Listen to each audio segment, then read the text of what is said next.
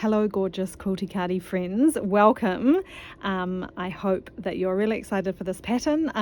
I have written this as a confident beginner pattern because you need to follow the pattern to the T really, but I do believe that absolutely anyone can do any of our patterns with the right instruction, which is why I just want to come and chat to you about a few things for this Seersucker stitch, which is what we're using for the Quilty Cardi. So the first thing I want to mention is once you start knitting it up, you'll see that there's a right side and a wrong side, so it's not a reversible thing, and it's quite good for helping you get clues as to where you are in the pattern if you get a bit lost.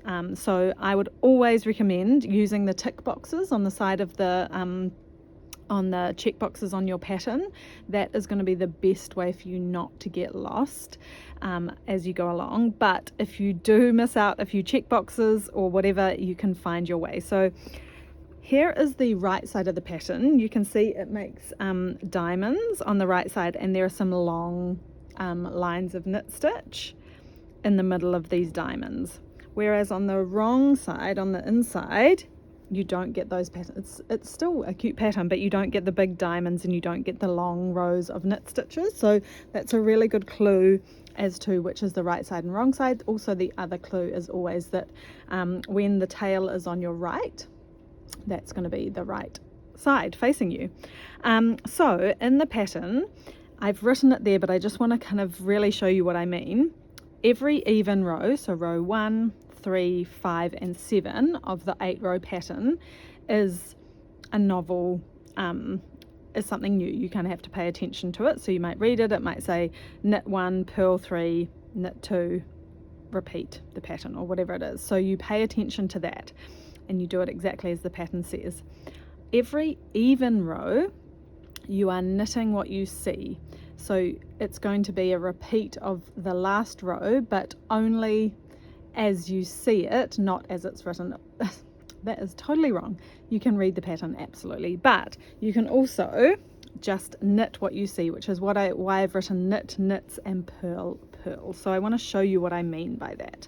So here I am on an odd row. I know that because I'm on the wrong side and I've got no tail on there. My tail's on the left. As you can see, my tail's on the left. I can tell that I'm on the wrong side by the pattern I can see. And so I am knitting the knits I see and purling the purls I see. So here I've gone along and I've done that, and look, I see a purl, so I'm going to purl the purl. I see another purl, so I'm going to purl the next purl. I see another purl, and I can tell a purl by the bump. Purls are bumps. So I'm purling this purl, and see I don't have a bump here, it's a V, so I'm going to put my yarn behind and knit the knit.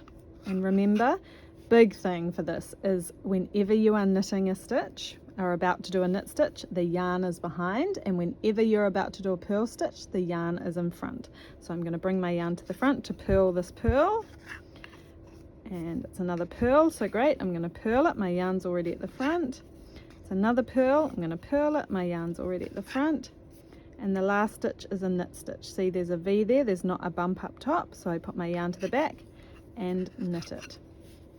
Now the next row is an even numbered row on my right side, so that is a novel pattern, and that is, according to the pattern book, knit 1, purl 1. So I go in and I just follow the pattern knit 1, purl 1 across the whole row.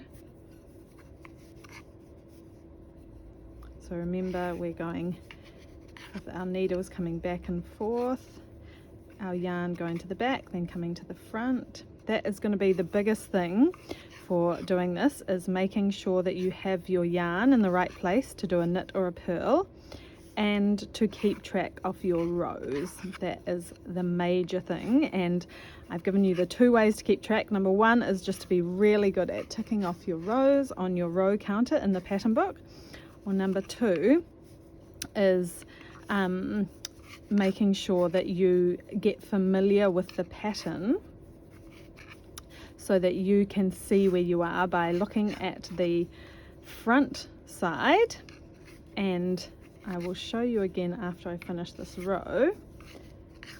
So this is a knit 1, purl 1 row according to the pattern, It's an even row, so I just have to go by what the pattern says. I can't look at what's been knit before.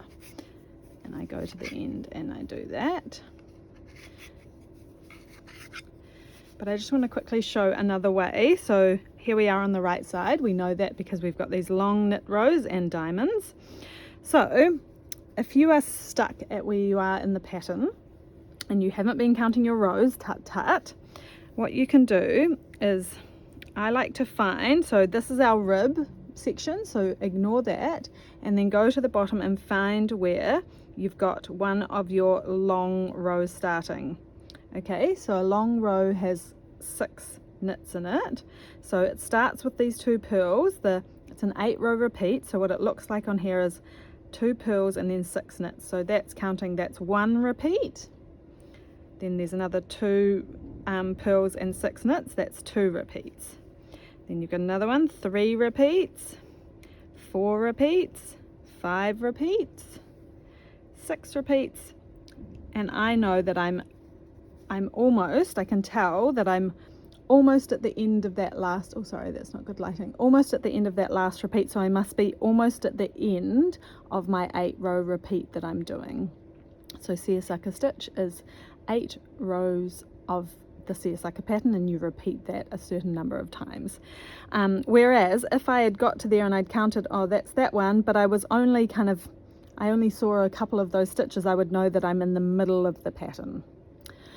Anyway, I hope that is all helpful. I hope that makes sense and I haven't been doing some mumbo jumbo, and if I have, email me, send me a message on Instagram and I can help you out. Enjoy, have so much fun. You're gonna love this.